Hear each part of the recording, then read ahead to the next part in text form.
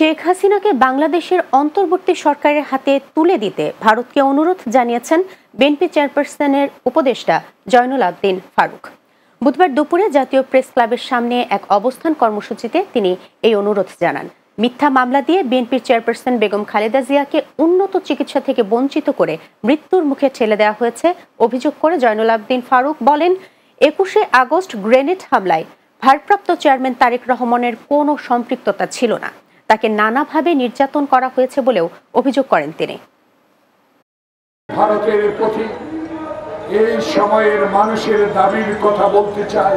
অন্তর্বর্তীকালীন সরকার ডক্টর ইউনূসের কাছে বাংলাদেশে শেখ হাসিনাকে অবিলম্বে বাংলাদেশে ফেরত আপনার নির্দেশ প্রাপ্ত কিছু সংখ্যক বিচারপতি দিয়ে তারেক রহমানকে ২১শে গ্রেনেড হামলায় সাজা দিয়েছেন। ২১শে গ্রেনেড হামলায় তারেক রহমানের কোনো সম্পৃক্ততা নাই।